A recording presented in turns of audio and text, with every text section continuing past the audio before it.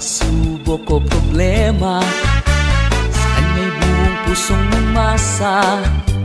Tiyak ikaw ay sagot niya. Inyang mga salita, mga pangakong puno ng pag-asa, mga biyaya at pagpapala, siguruhin lang na unahin mo siya. Kaya't huwag ka nang magduda, ikaw ay kanyang pinagpala. Iwaksi mo ang iyong problema, ang Diyos ay pinagpala ka. Pinagpala ka. Oh, araw-araw wala kay pinagpala. Araw-araw ika'y masagana, pagkat siya'y di nagpapabaya. Araw-araw sa kanya tayo magtiwala. Araw-araw wag matakot o mangamba, araw-araw pinagpala ka. Araw-araw wala kay pinagpala. Araw-araw hindi kay masagana, pagkat siya'y di nagpapabaya. Araw-araw sa kanya tayo magtiwala. Araw-araw wag matakot o mangamba, araw-araw pinagpala ka. Yeah, yeah.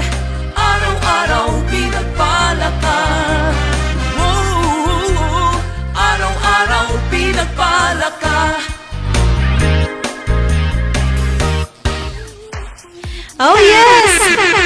Totoo naman yan. Araw-araw talaga namang pinagpala talaga po tayo. Isang magandang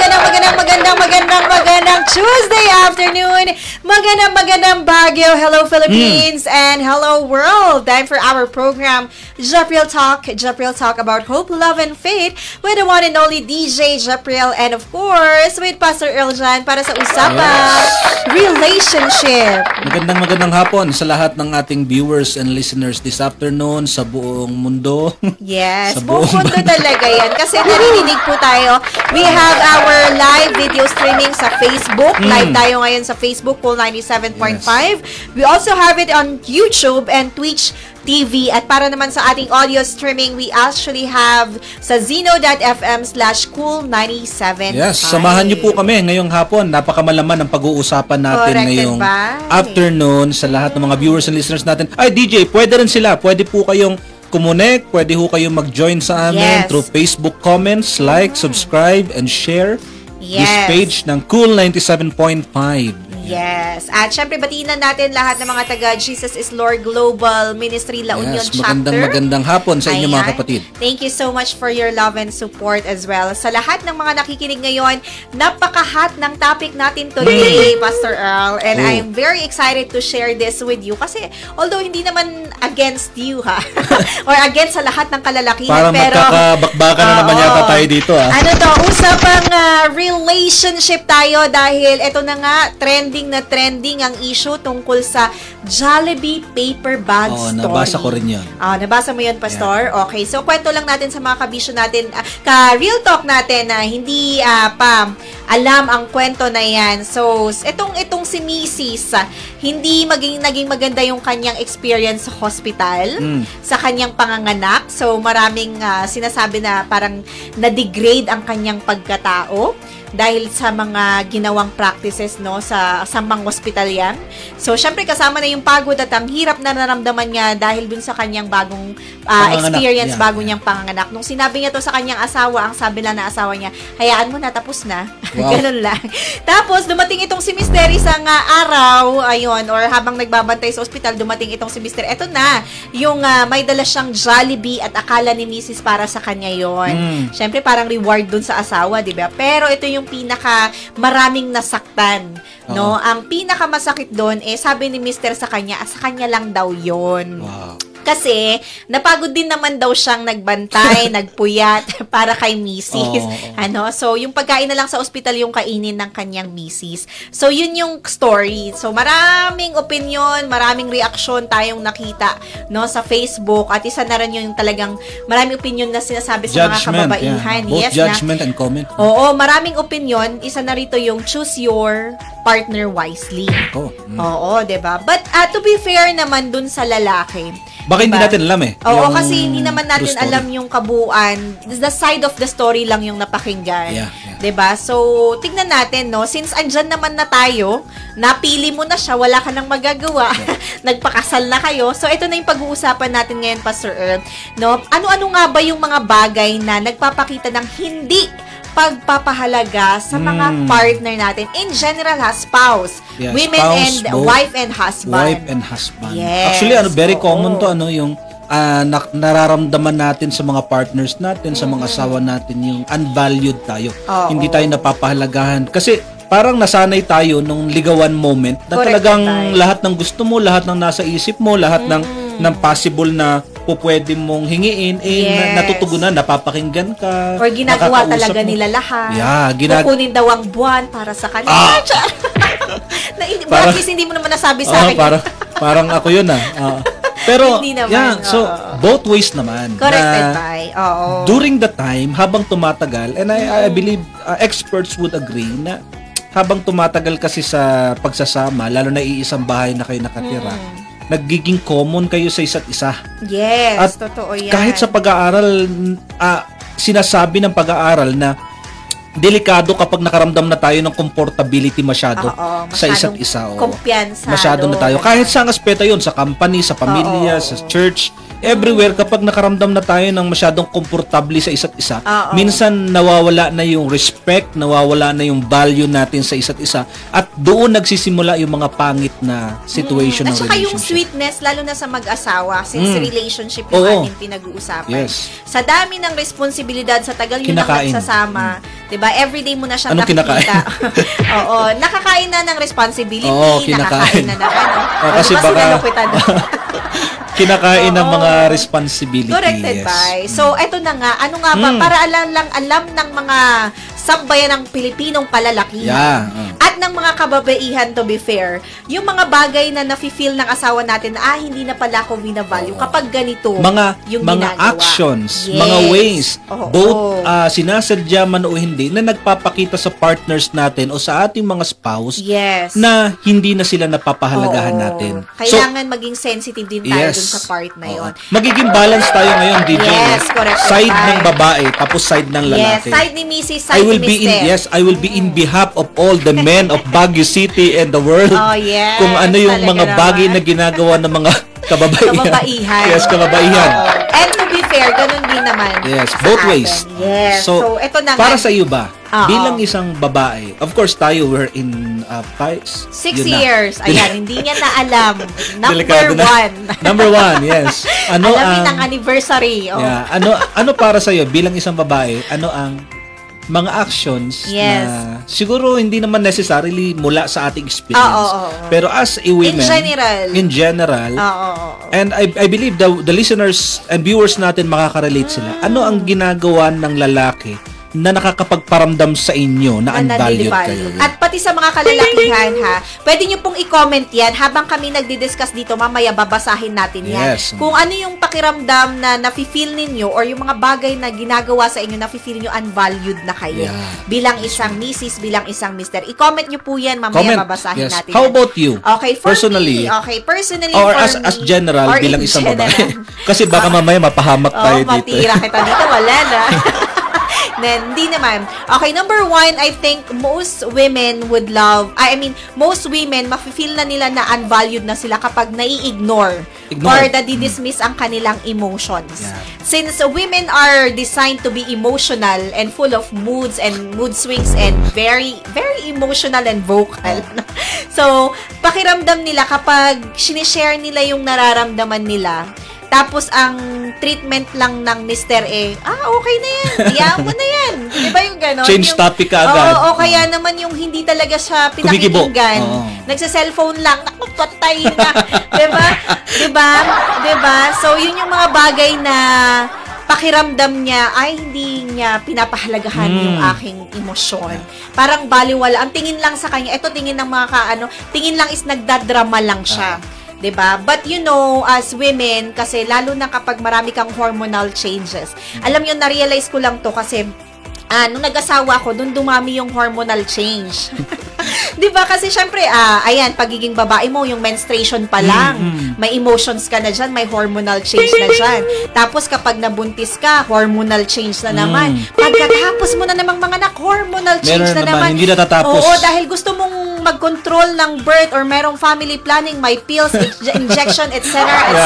Grabe. Diba?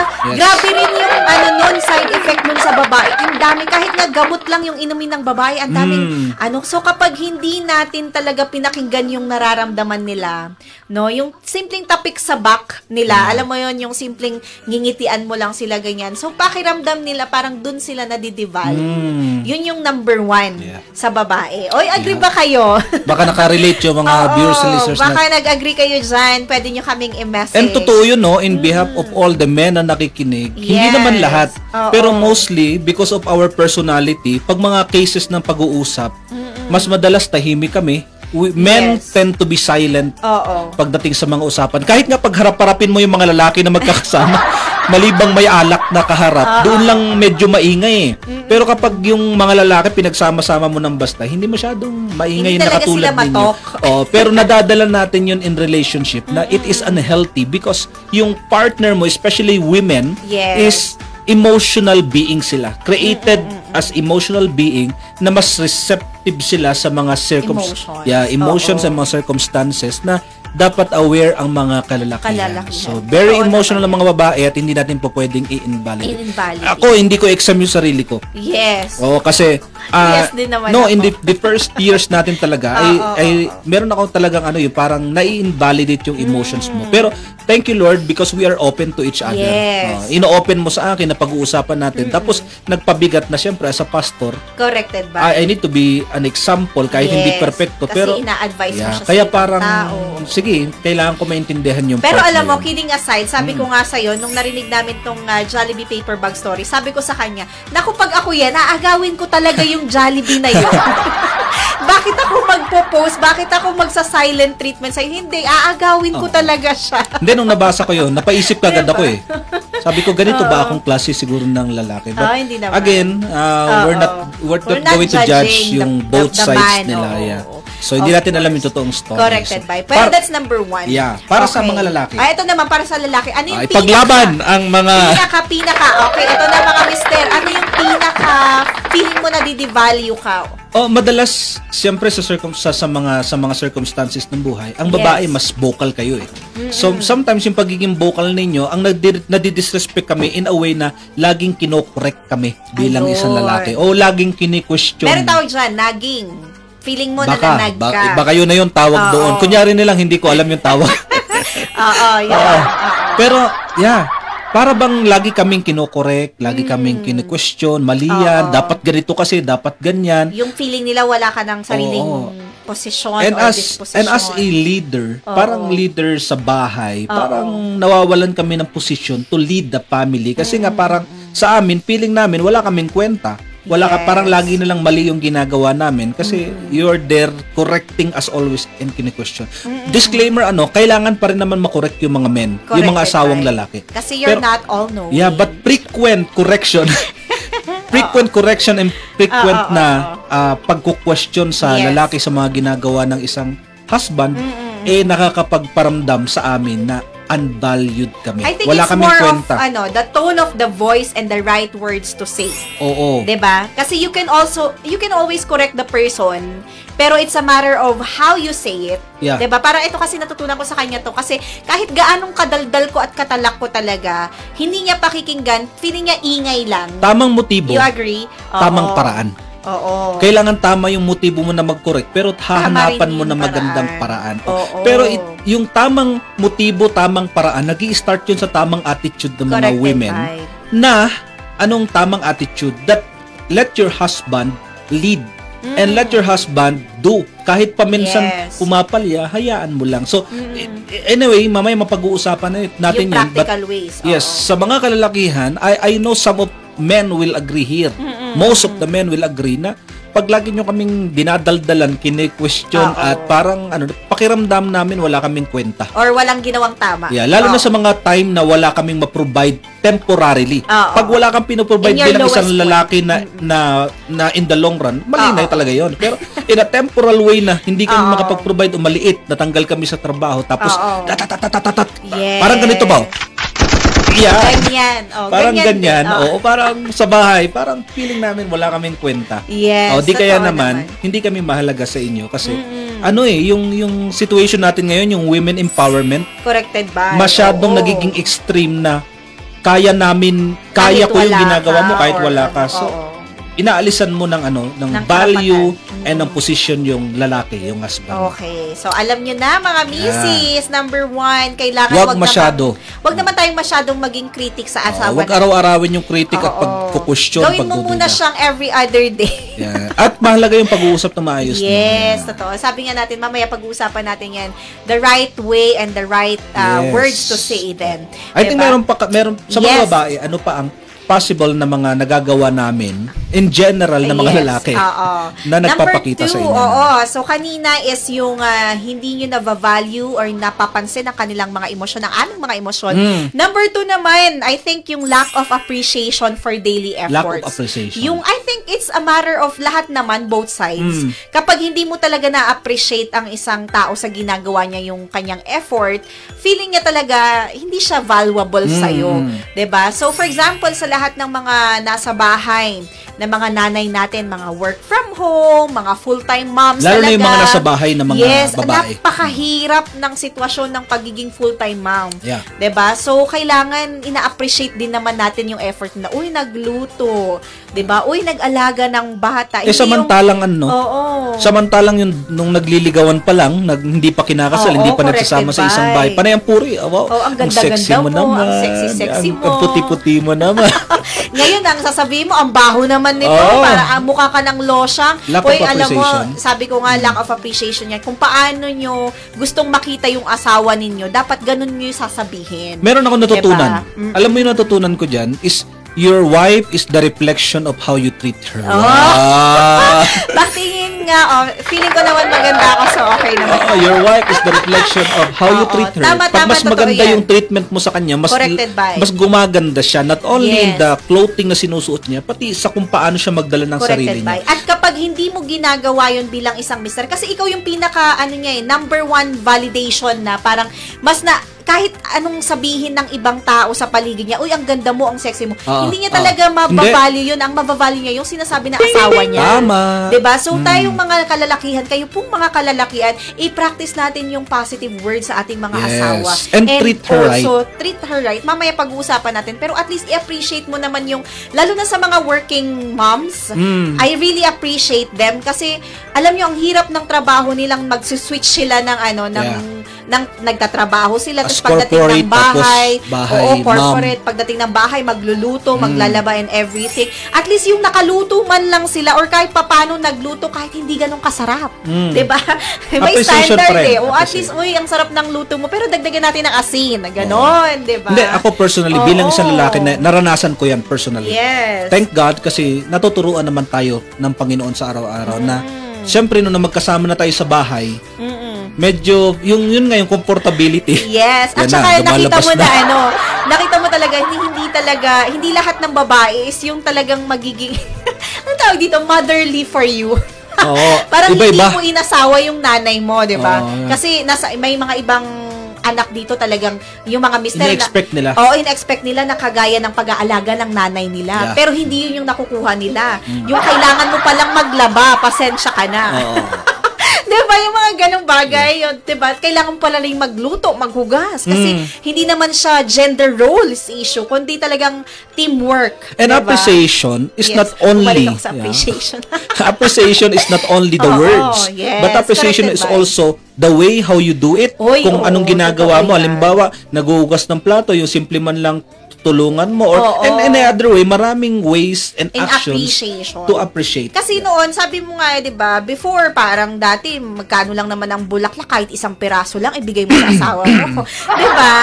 Sabi ko ganyan, lack of appreciation na parang nung naging mag-asawa na kayo, tumagal kayo, parang gulay na lang iuwi mo. Although practical naman talaga yung bigas, gulay, pero iba pa rin yung nabigyan mo ng bulaklak. That's why very important, matagal man o bago pa lang. Consistency. Tayo hindi tayo marunong, bata pa naman tayo. 7 years pa lang ang relationship natin. Marami pa tayong pagdadaanan. Correct. Pero isang principle na hindi dapat nawawala is the time for both of you na lumalabas or appreciate. Yun din, hindi kailangan ng hindi kailangan ng matalinong tao para sabihin yun. It is a principle in marriage na talagang lumalabas kayo together. So that's for the women. Now let's go back to the men. Ano pa yung mga bagay na feeling nyo na di-devalue kayo? Siguro, para sa amin is yung walang physical touch. Ayan na tayo. Oo. Mga kalalakihan. Bigyan mo ng effect yan. Paano ba ang ito? Yan, baka pwede yan. Ayun. Ay, hindi totoo yan. Sige, kakulangan o kawalan ng physical touch. Kasi, syempre, men are more into physical. Corrected. Yun ang creation ng Lord sa men. Hindi mo pwedeng alisin yon kay bata, matanda. We are a physical being. Kung kayo emotional being, kami physical being. At pinag-uusapan natin dito, hindi mag-boyfriend, girlfriend, ha? Disclaimer sa mga nakikinig. Baka may mga nakikinig na mga kabataan, akala nyo, agad-agad para sa inyo na rin to, no? So, physical touch para sa marriage is very important. Corrected. It creates an intimacy and bond together na kapag wala, pakiramdam ng mga lalaki, because we are physical being, is we are unvalued. Oo. Parang hindi ito kami na yung mahalaga. malalim na pag-uusap ng marriage, ito, intimacy. Okay? Lagi mong tinatanggihan. No, pagod ako, masakit ulo ko, lahat na ng rason nasabi mo na. Pero ito, it's not more on sex, it's not more on sexual. Hindi to patungkol lang sa pagtatalik. Ito'y patungkol sa intimacy in times of yung embrace, yung yakap, yung tapik. Touch, okay. Kasi mayroong mga love language na ang gusto nila is yung touch, diba? Kayo mga babae, because you are vocal, parang lang sa inyo, nasasabi nyo. Pero ang lalaki kasi, dahil nga tahimik, nakatago sa loob yung nararamdaman namin. So, yung simple touch, yung simple embrace, yung simple na tapik, yung simple na hawak, ay nagpapagaan ng pressure na nasa loob namin. Yun. Pero yun talaga, sa mga asawang lalaki is yung huwag nating i-neglect. Lack of physical touch. Pag i-neglect mo na. Yung time together physically at yung intimacy. Lalo na sa mga working na rin na mga kababaihan, madalas ito nangyayari. So, pero hindi ito validation sa mga lalaki. Ayun na. Hindi ito excuse and validation sa mga lalaki para mag-commit ka ng physical touch sa iba. Sa iba. Or affection. Maghanap ka ng affection sa iba. Hindi natin siya gagawing valid reason para maghanap. Yes, wag mong gagawin yun. Hindi yun, okay. So, yun para sa mga lalaki is feeling namin, nare-reject kami. Because we need that, we need your affection, pero sabi mo, no. Kaya ang nangyayari sa amin, we felt rejected and unvalued. Alam nyo na, wag nyo masyadong tanggihan kasi bahagi na ng pagsasama yan. Pero not only that, hindi lang tutungkol doon sa intimacy ng mga mag-asawa doon sa area na yon, kundi yung daily daily treatment, I think. Kumakain kayo, magkasama kayo, lumalabas kayo. Very important pa rin yon. So, physical touch isa sa mga nagpaparamdam sa mga lalaki ng unvalued. Regardless of the culture na kinalakihan natin. Kasi meron yung mga ibang nagsasabi na, kapag ganitong lahi, hindi masyadong touchy, ganyan. Hindi masyadong showy. So, regardless of it, kapag nasa marriage ka na, you're creating and building the culture that you want to have. Totoo yun. Walang pinanganak na maalam na sa buhay. Correct. Lahat ng bagay natututunan. Bale, gusto ko i-shout out yung mga men's natin, yung mga kalalakihan natin dyan sa Worship Central Outreach at sa buong JLGM La Union. Shout out po sa mga kalalakihan at mga kababaihang nandiyan dyan. Corrected by. Nako, sige. Ang number 3 naman for me, okay, para naman sa mga kababaihan, para sa akin, Number 3 is kapag walang quality time or connection. Ito na yung sinasabi natin kasi ang babae nga mahilig magdaldal, mahilig mag-share ng emotion. So, kailangan nila ng connection. Ito na yung sinasabi natin, you're always on your phone, 'di ba? Mas marami ka pang time manood ng Facebook videos.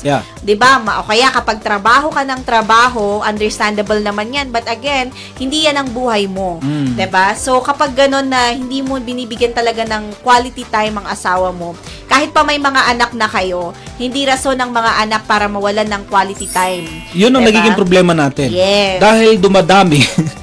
Dumadami at nagkakaroon ng maraming anak. Corrected by.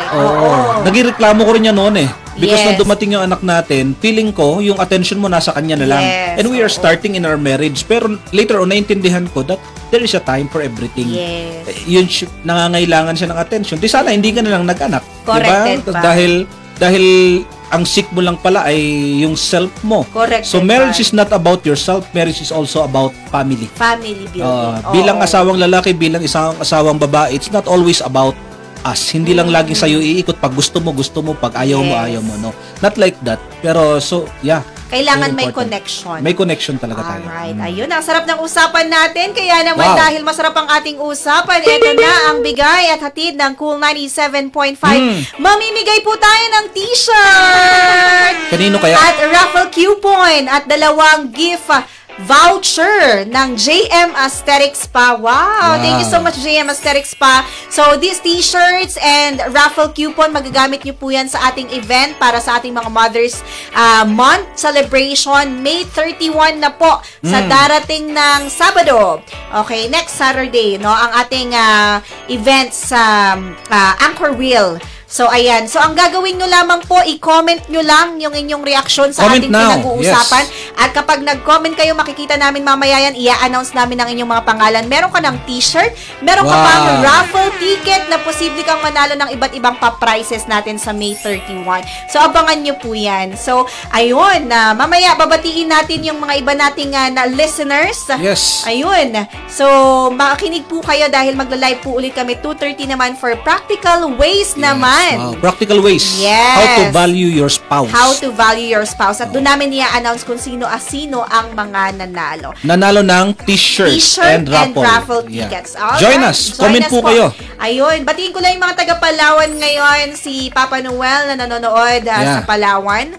And also, si Mama Ning. Yes. And sa kanilang MT Cup business. Hello supportahan nyo po. At ngayon, alas 3 na. Pwede ho kayong mag-orders sa MT Cup dyan sa Puerto Princesa City na sa Abad Santos. Pwede nyo dayuhin. Ang gumagawa po niyan ay ang sikat na sikat sa Palawan High, Palawan National School na si Ma'am Malin. Ma'am Marilyn Torimoro. The owner of it is my sister, Marinela Torimoro. So you can support it. Halo-halo. Pinakamasarap na halo-halo sa Puerto Princesa City. High quality talaga yan ha. Ako, malinis. Ako dyan na mura, affordable, pero high quality. Sinasabi ko sa inyo, kayang tapatan yung mga halo-halo dyan sa Puerto Princesa. Nang walang pagyayabang, totoo yan. Ang sarap-sarap niyan. Subukan nyo. Meron silang mais con yelo, meron silang obe. Balik yung Tagalog.